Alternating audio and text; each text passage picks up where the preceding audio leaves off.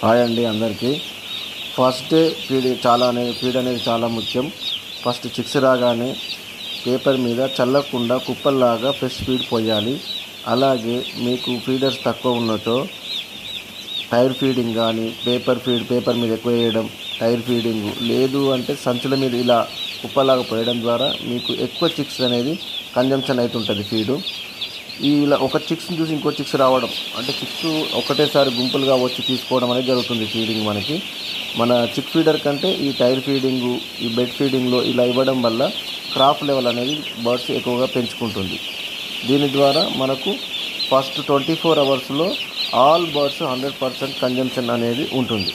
దీనివల్ల మనకు first week growth, second week growth అనేది ఎక్కువగా ఉంటుంది. ఈ బెడ్ ఫీడింగ్ అనేది మీరు ఫస్ట్ 3 days ఇచ్చుకుంటే చాలా బాగా వస్తుంది. ఫ్రెష్ ఫీడింగ్ ఉంటుంది, ప్లస్ బర్డ్స్కి 100% ఫీడింగ్ ఉంటుంది, క్రాప్ లెవెల్ బాగుంటుంది, గ్రోత్ కూడా బాగుంటుంది, ఇమ్యూనిటీ అనేది పెంచుకుంటుంది. కాబట్టి పేపర్ మీద ఫీడ్ చల్లకుండా కుప్పల్లాగా పోయడం, టైర్ ఫీడింగు, ప్లేట్ ఫీడింగు, ఇలా సంచుల ద్వారా ఫీడింగ్ ఇవ్వడం, చిక్ ఫీడర్ ద్వారా ఇవ్వడం, వేస్టేజ్ కాకుండా చూసుకోవడం చేయాలి.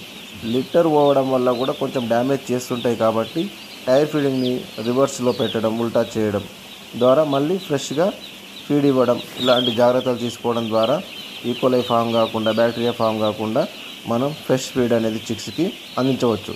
ఇది ఫస్ట్ డే చిక్స్లో చాలా ముఖ్యం. నెక్స్ట్ అప్డేషన్ నెక్స్ట్ వీడియోలో నేను చెప్తాను. Main temperature plus fresh feeding అనేది మనకు చాలా ముఖ్యం. Thank you very much.